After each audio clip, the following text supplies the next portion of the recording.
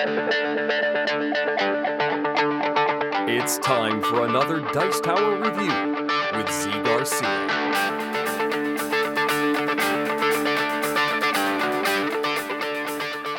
Hey everybody, today I'm going to be taking a look at a dice game called Matterhorn here. It's a push your luck dice game in which you are trying to get your two climbers up the mountain all the way up to the top. If you're the first one to do that, you win the whole thing. Very straightforward concept, very straightforward gameplay. Let me show you how it goes.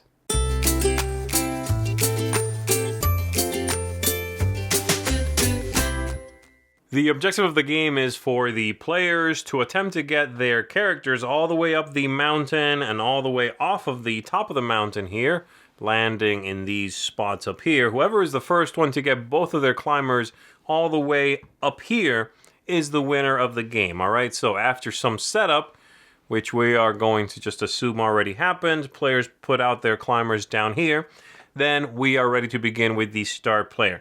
And they are going to be rolling these dice, pushing their luck in order to place some tokens on the board and then climb their way back up the mountain. So here we go. You start by rolling all of the dice, and then you figure out what number you rolled. If it's a valid number that you have not claimed yet, then you are going to put a token on that number. And once you choose to stop pushing your luck, then you'll get an action for each one of these that's on the board. So here we go. Let me explain this to you. Every number that's been rolled more than once cancels itself out, and anything that's that's been rolled a single time does count towards your total. So in this case here, what I'm looking at is a total of 6, right? I have these two, and they cancel. These two, the two ones, they cancel. So 6 is my total. I can choose to put one of these tokens anywhere on one of these 6s, and I will do so right there. I can choose to stop, or I can keep pushing my luck. However, another thing I can do is I can choose to discard any of these dice, eject them from my dice pool, in order to change the total of what I'm getting in order to put out a token out here. So for example, if I eject this die here, and it would go just down here out of play, now my total is 7. The 6 is counting, the 1 counts, the 2 2s are canceling each other out. And of course, if I chose to do this and eject this 2, well, now my total would be 6, 7, 8, 9 there, allowing me to put a token on the 9 line, okay? But let's assume I'm not going to do any of that. I'm just going to take my 6 and keep my nice big dice pool, because those dice I put aside, I don't get to keep re-rolling. So I'm going to roll, and I got 2 6s, a 1, a 2, and a 3. So if I do not modify this roll, that's a 6 again. I've already claimed the 6. I need to do something to this. And there's a couple of different things I can do. I can eject one of the 6s, my total now being 12, but 12 is filled, so that's not going to work out. And the other thing I can do is I can eject one of these dice to change that total. So if I eject the 1, my total is 5. Again, these two canceling out. 3, 4, 5, I'll take that. Put a token up here. I could choose to continue rolling. I will do that. All right, so I'm looking at a 9 there. These two canceling out. 9, I'll take it. I'm going to put this over here. Sure. Let's say I'm going to stop right now, okay? If I ever rolled and it was a total I could not place on the board because the line already has one of my tokens and there's no possible way for me to get a combination that allows me to place on the board, I would bust. I'll talk about how that works in just 1 second. But let's say I just chose to stop after these 3.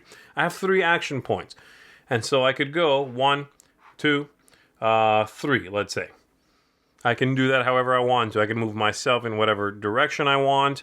And once that's done, these tokens get flipped over and they become obstacles in the way. And then it would be the next player's turn, okay? The other options I have for action points is I can choose to remove one of these from the board for 1 action point in case you need to make some room ahead of you. And you could even push someone else out of your way for 1 action point. If I need blue to move out of my way, I can push them. Never down the mountain again, but sideways or farther up is fine. So I could do that, all right?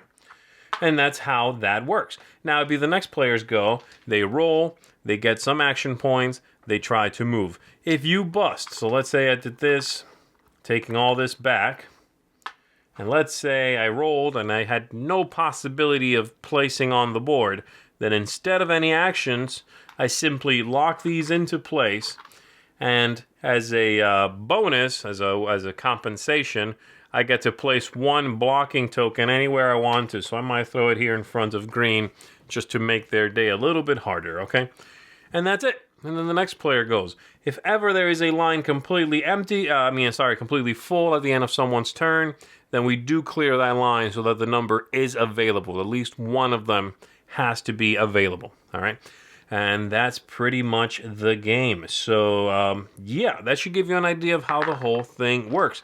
You need to manage your pool of dice. Be careful with what you keep, which dice you choose to eject, and figuring out how likely are you to still roll something you have not claimed, and what should you move, where, how do you use your actions to maximum efficiency.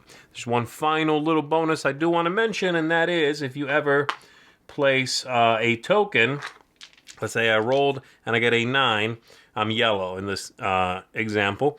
If you ever place a token on a line that has an opponent piece on it, in this case that blue piece, you immediately get one bonus action, immediately, even if you later bust. So I can move up one here and continue going or stop. If I stopped right now, I get one more action, like so. So that's every rule to the game. I should give you an idea of how the whole thing works. Let's go back up top and let me tell you if I think it's a good push your luck dice game.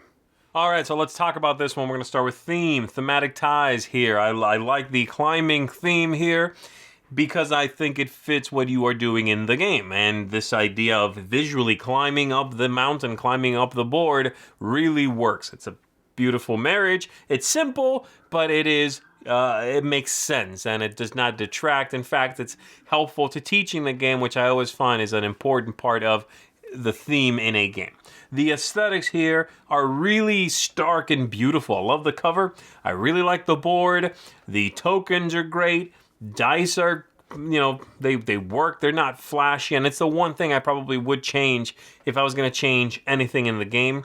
The component quality. I think the dice, it would be beautiful to get a set of dice that was themed to the game. That'd be fantastic.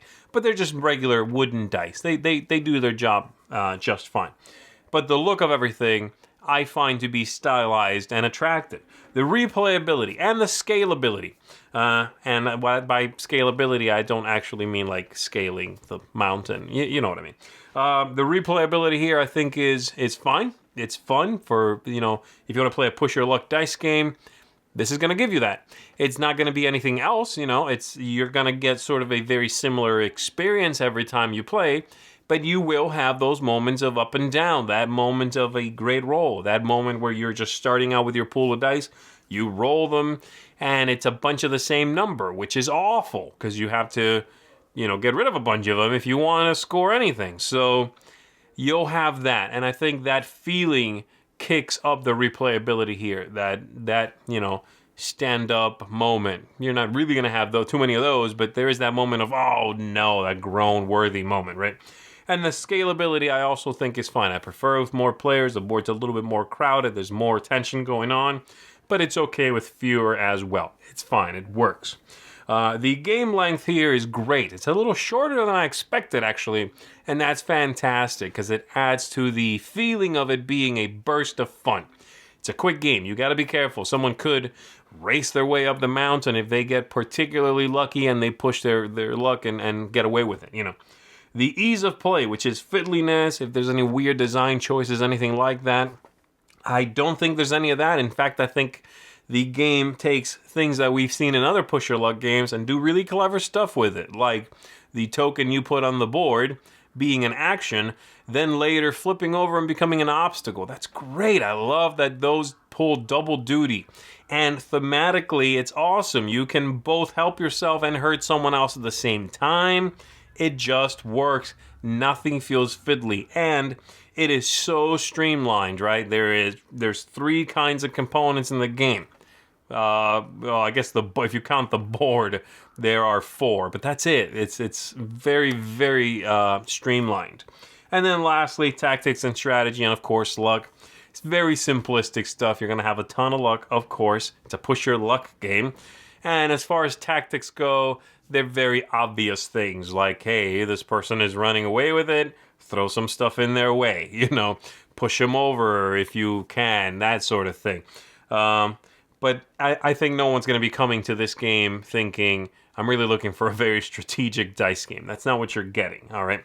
So, having said all that, I found this one to be I wasn't sure what to expect, and I came away very pleasantly surprised. To me, this feels like the classic Can't Stop with a clever dice mechanism, something I haven't really seen anywhere else. This idea of dice being rolled multiple times canceling, but on top of that, the dice pool being so fluid.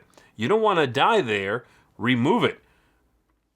But you'll have fewer dice next time you roll. That's great. And then the other thing, of course, which is the climbing up the mountain and putting out obstacles in people's way. Those two things together make this a push your luck winner, I think. For me, this replaces Can't Stop. And that's high praise. I don't think Can't Stop is the greatest game ever, but it's a fun push your luck game. I think this is better than that. So this one is going to get a seal of approval from me. I think it's really neat. I could even see it squeaking, higher and higher the more I play.